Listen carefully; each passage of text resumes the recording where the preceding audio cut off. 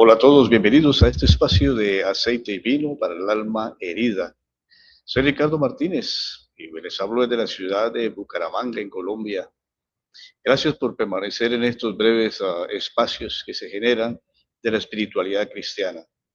Estamos en una conversación extensa acerca de Jesús y el impacto de Jesús en la vida de los hombres. He hablado acerca de un Jesús libre, Jesús que fue libre de las ordenanzas y las restricciones que continuamente asfixiaban al pueblo y que aquellos ancianos de la ley, los fariseos también imponían sobre las personas. Fue libre Jesús de su propia historia familiar, fue libre de la opinión que tenía aquellos que le rodeaban, que le impulsaban a seguir otra ruta, otro itinerario. Jesús fue libre. Y solo un hombre libre puede liberarnos. Ahora la pregunta es, porque es que la palabra libertad es una palabra bonita que puede ser usada y mancillada. ¿De qué nos libera Jesús? Este es el punto, porque es una palabra que, reitero, anhelamos todos, libertad. Y para seguir un poco ese itinerario de Jesús de libertad, que es ofrecida y explicada más desde el punto de vista del Jesús resucitado. ¿Qué es lo que el hombre necesita para ser libre y de qué debe liberarse?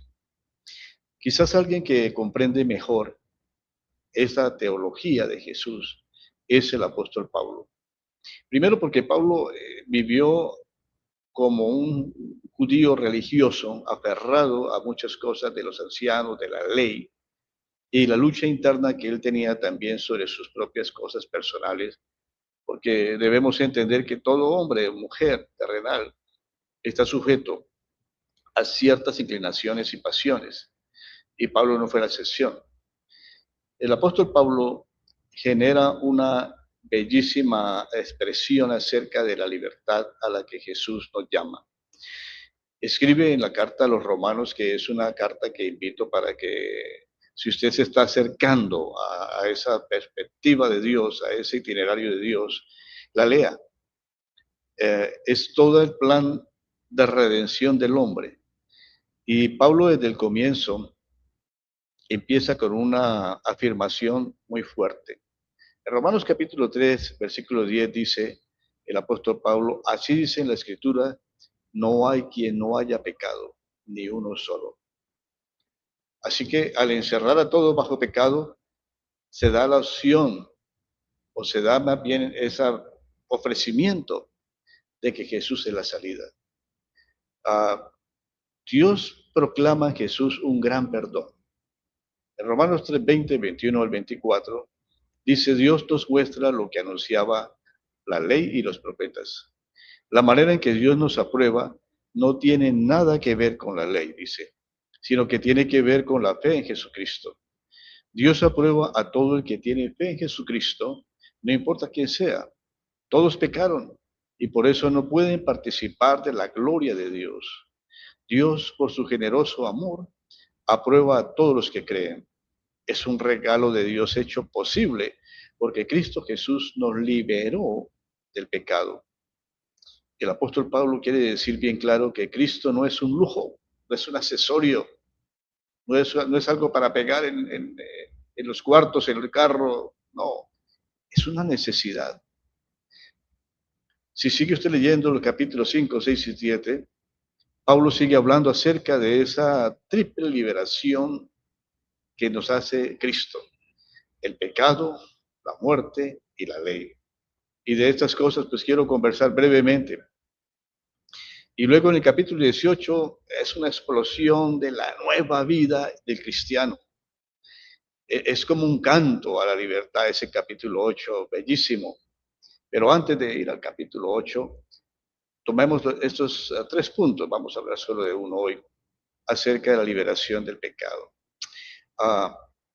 Pablo insiste y lo dice a las diferentes comunidades. En Gálatas les dice, para ser libres nos liberó Cristo.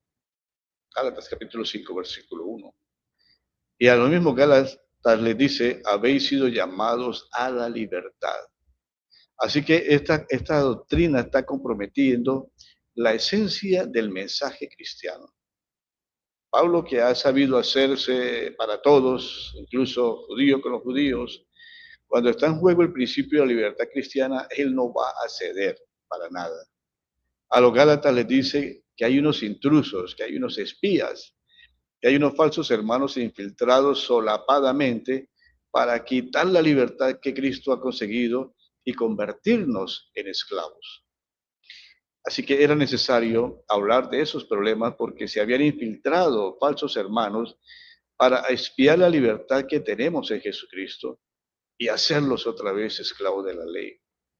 Por eso les dice, nosotros no aceptamos nada de lo que ellos exigían, pues queríamos que la verdad de las buenas nuevas permaneciera siempre a favor de ustedes. Por otro lado, Santiago, el hermano del Señor, define el Evangelio como la ley perfecta de la libertad, Santiago 95. Y en el capítulo 2, versículo 12, habla de hablar y obrar tal como corresponde a los que han de ser juzgados por una ley de libertad. La libertad toca la médula del Evangelio. Volvemos nuevamente al tema. ¿Liberación de qué? Del pecado. El pecado, según el apóstol Pablo, es una fuerza hostil que domina y esclaviza al hombre. El Señor mismo lo había dicho. El apóstol Pablo distingue muy bien entre dos cosas, y aquí es donde entra el tema de los significados o más bien los principios de las palabras. Pablo distingue muy bien entre el pecado y los pecados. El pecado es una realidad interior en el hombre. Los pecados son transgresiones de la ley, son expresiones del pecado con las que luchamos día a día. Así que, ¿en qué consiste la liberación del pecado? Hay un punto importante en el tema del bautismo. El apóstol Pablo escribe a los romanos que se ha muerto a ese viejo hombre, se ha muerto también a ese cuerpo del pecado. Y al hablar de esa exigencia, pues debemos entender que Cristo ha muerto para todos, para que el hombre ya no viva más para sí mismo, sino para aquel que murió y resucitó por ellos. Es lo que escribe Pablo nuevamente a los Corintios en el capítulo 5, versículo 15. Si la muerte de Cristo reclama que el hombre ya no viva más para sí mismo, entonces pues cabe deducir que el pecado precisamente consistía en que el hombre estaba centrado en sí mismo y se había constituido como un propio Dios para suplir todo lo que le quería venir en gana. En consecuencia, la vida del hombre giraba en torno al propio interés, al propio egoísmo. De este pecado nos ha librado el Señor. Nos ha concedido el perdón. Y es claro que no es por buenas obras que hayamos hecho, sino por la gracia, por el puro don de Dios. Todos pecaron y por eso no pueden participar de la gloria de Dios, dice la Escritura. Dios, por su generoso amor, aprueba a todos los que creen. Es un regalo de Dios hecho posible porque Cristo Jesús nos liberó del pecado. Dios ofreció a Jesucristo para hacer posible, por medio de su muerte, el perdón de los pecados. El perdón se recibe a través de la fe. Él ofreció a Jesucristo como sacrificio para demostrar que Él siempre es justo en todo lo que hace. Lo demostró en el pasado, cuando en su paciencia pasó por alto los pecados de muchos, y también ahora al aprobar a todo aquel que confía en Jesús. Así que hay una fuerza que tiene muchos tentáculos en el corazón del hombre. El hombre está aprisionado allí. Cuando el hombre cree en el poder liberador del Evangelio, cuando el hombre entiende que ha de morir nuevamente a esa persona, ese ego que existe, entonces allí opera una libertad. Los tentáculos son soltados. El hombre ya no vive para sí mismo. El hombre ahora tiene otra motivación, otra realidad.